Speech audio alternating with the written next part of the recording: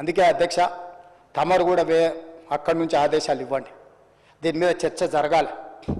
Media మిత్రులకు కూడా నేను అడుగుతున్నా, మీ సంఘాలు ఏవైతున్నాయో సంఘాల నాయకులను కూడా అడుగుతున్నా, ఎవరో జర్నలిస్టులు లిస్ట్ ఇవ్వండి.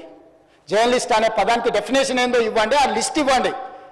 ఆ లిస్టులో ఉన్నోళ్ళు ఇట్లా తప్పు చేస్తే ఏం శిక్షిస్తారో మీరు నిర్ణయించండి. ఆ లిస్టులో లేనోడు జర్నలిస్ట్ కాడు, జర్నలిస్ట్ కానోడిని క్రిమినల్ కిందనే చూస్తాము.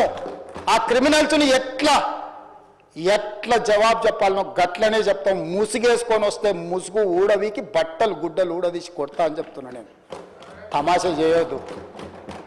నేను కూడా మనిషిని, నాకు చీమునెత్తురు ఉంది. అన్నిటికీ బరాయించుకుంటే తప్పులని అన్నిటిని మోసుకుంటే ఏదో కుర్చీలు ఉన్నా కాబట్టి ఊరుకుంటా అని ఏమన్నా ఏషాలు వేయదలుచుకోరా. అన్ని చట్టపరంగానే చేస్తా. చట్టాన్ని పరిధి నేను దాటను. ప్రతిదానికి ఒక శిక్ష, ఒక విధానం ఉంది. ఏది కూడా పరిధి దాటను, ఎందుకంటే నేను ముఖ్యమంత్రిని.